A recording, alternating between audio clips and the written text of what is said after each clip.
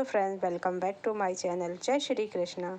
दुर्योधन की पत्नी का नाम भानुमति था। भानुमति कंबोज के राजा चंद्रवर्मा की पुत्री थी। भानुमति बहुत ही सुंदर, आकर्षक, बुद्धिमान और ताकतवर थी। उसकी बुद्धि, सुंदरता, बुद्धि और शक्ति के किस्से प्रसिद्ध थे। यही कारण था कि भानुमति के स्वयंवर में शिशुपाल, जरासंध, रुक्मी, वक्र, कर्ण आदि राजाओं के साथ दुर्योधन भी गया हुआ था।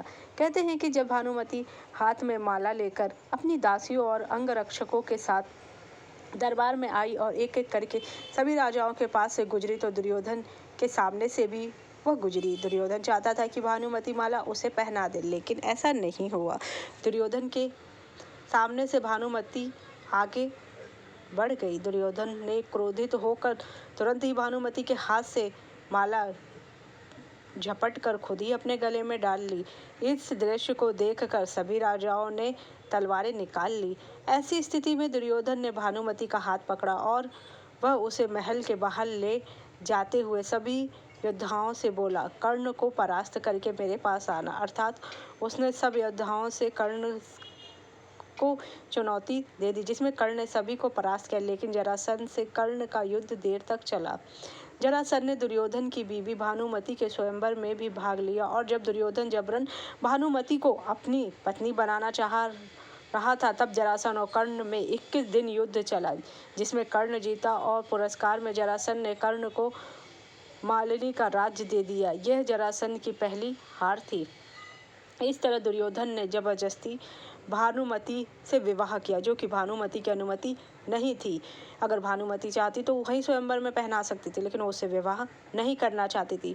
भानुमति को हस्तिनापुर ले जाने के बाद दुर्योधन ने उससे यह कहकर सही ठहराया कि भीष्म पितामह भी अपने सौतेले भाइयों के लिए अंबिका और अंबालिका का हरण करके ले आए थे। इसी तर्क से भानुमति भी मान गई और दोनों ने विवाह कर लिया। दोनों के 2 संतान हुई, एक पुत्र लक्ष्मण और पुत्री लक्ष्मणा हो, जिसे लक्ष्मण को अभिमन्यु ने युद्ध में मार दिया और पुत्री लक्ष्मणा का विवाह भगवान श्री कृष्ण और जावंती के पुत्र साम से हुआ था, क्योंकि साम ने भी लक्ष्मणा को हरण कर ले जा रहा था। उन्होंने भी प्रेम विवाह किया था। तब भानुमति ने दुर्योधन को समझाया कि जिस तरह आपने मेरा हरण करके मेरा विवाह किया, उस तरह तो वो भी कह रहा है, इसलिए वो सही है। दूसरी ओर अभिमन्यु की पत्नी वत्सला बलराम की बेटी थी। बलराम चाहते थे कि वत्सला की शादी दुर्योधन के बेटे लक्ष्मण से हो। वत्सला और अभिमन्यु एक दूसरे से प्यार करते थे। अभिमन्यु ने वत्सला को पाने के लिए घटोत्कच की मदद ली। घटोत्कच ने लक्ष्मणा को इतना डराया कि उसने कसम खा ली कि वह पूरी जिंदगी शादी नहीं करेगी। इसी कारण से कहावत बनी है कि अभिमन्यु ने उससे विवाह किया।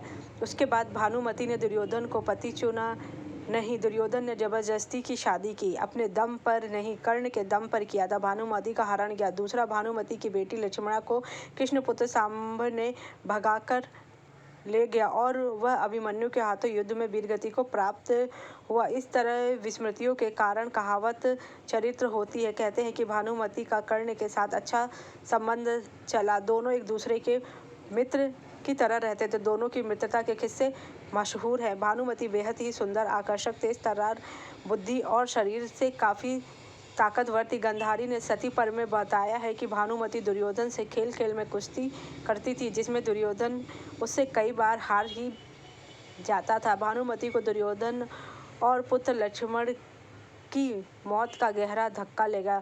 उसके बाद से ऐसी किंवदंती सुनने को आई है कि भानुमति ने अपने परिवार को बचाने के लिए कि और कभी युद्ध ना हो, उसके लिए उन्होंने त्याग किया और उन्होंने सोचा कि मैं अगर अर्जुन से विवाह कर लेती हूँ तो शायद भविष्य में फिर कभी युद्ध नहीं होगा। इस तरह है उनके ऊपर ही कहावत है, कहीं की ईंट कहीं का रोड़ा, भानुमति ने कुनबा जोड़ा।